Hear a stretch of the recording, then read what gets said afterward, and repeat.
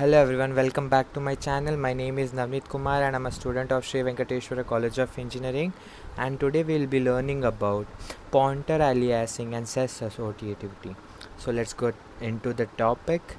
And so before this we have to see that what is pointer aliasing, right? So if we go with it, pointer aliasing refers to a situation in programming where two or more pointers can access the same memory location.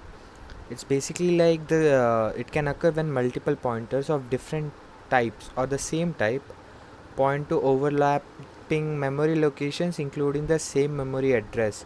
If we want to understand this, we can understand this in a different way, like we have a memory space, let's say 1 2 3. Okay, so what it is being done is that different variable memory spaces of different pointers, they are trying to access the same memory address, the data which is present in the memory address, they are trying to access it. That is what is known as pointer aliasing, right? So we'll see how this works and what are the effects of pointer aliasing. Okay, so first of all, the effects of pointer aliasing are undefined behavior.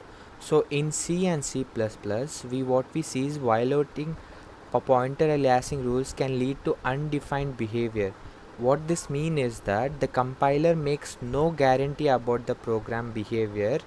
It basically says that when we are doing this and the pointer aliasing is done a little bit, out of the region of rule or whatever, violating the rules, it can result in the crashes of the code, or like giving out some garbage value or incorrect results, right? Or some unexpected outcomes can come, like the results which we are predicting, we won't get that.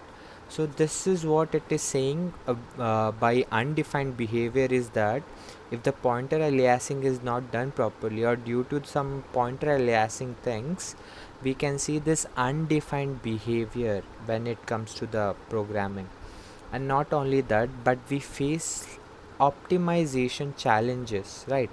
It's like compiler optimization, such as reordering instructions or storing values in registers, may be hindered when pointer aliases each other.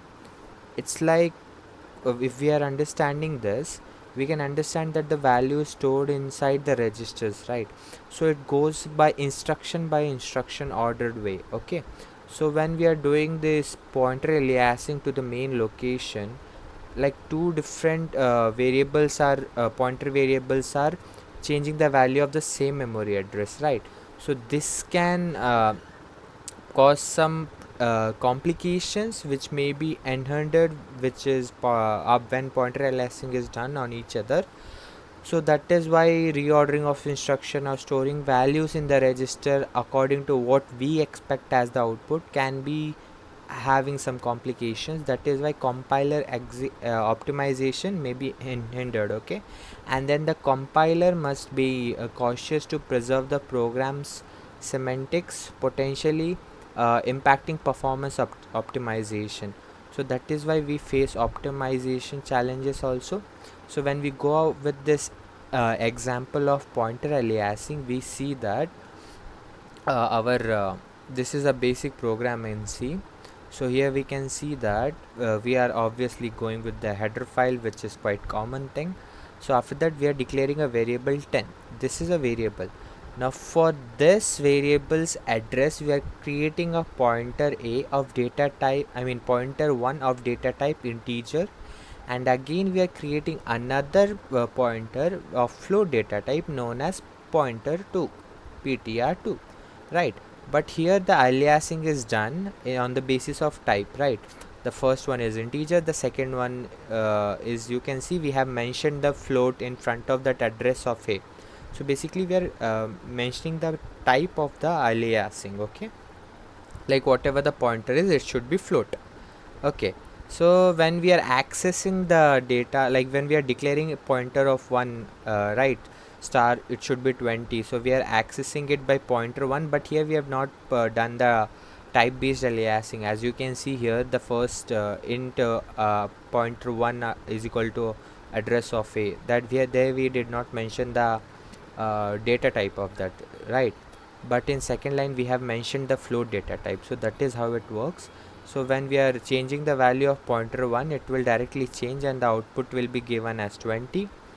But when we are dealing with our pointer 2, which is when we are changing it, so 30.5 here, because of this address being a float value, some complications are coming, right? And this results in the undefined behavior, because it will print as the garbage value due to our type based aliasing. So pointer aliasing is very important when we have to understand anything related to it, and when we are dealing with it we have to be careful, right? So we have to so our second topic is set associativity.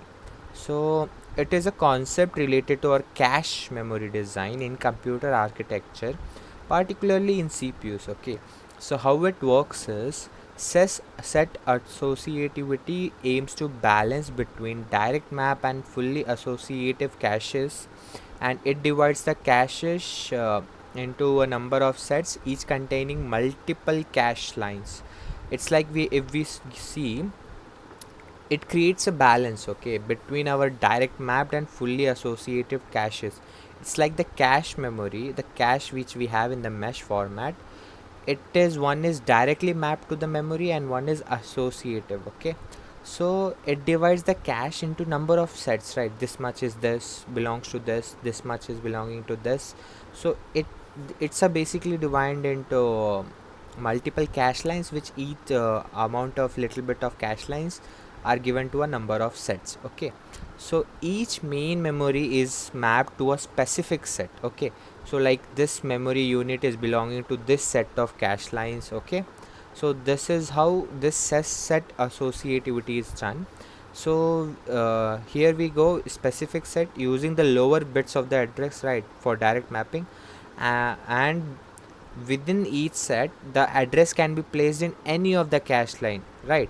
It's like the cache line, as I've said now, that mesh is divided like it is stored in that format. So what it does is it divides the number of cache lines into a particular set. So in this set the address can be placed in any cache line, it doesn't matter, because it will be read by the cache. Okay, so this is what we call fully associative caches. For example, if we see, we have a 4-way set associative cache line which has 4 cache lines per set. Okay, so we can see the advantages of set associativity is that it reduces conflict misses, because it allows each set to contain multiple cache lines, and sets associativity caches reduces the likelihood of conflicts misses compared to direct mapped caches, right? It basically, what it does is that each set which is containing multiple lines, right, uh, what it does, it reduces the chances of conflict by happening when we access the memory line through the cache line, right, memory data address. What it does is that it reduces the likelihood of cache miss. Okay, so with the help of this, what we get is more number of fetching the data from the memory space, right? And the second advantage is that it provides us with improved flexibility. So set associativity allows for better utilization of cache space and reduces the impact of access pattern that would heavily conflict in direct map caches.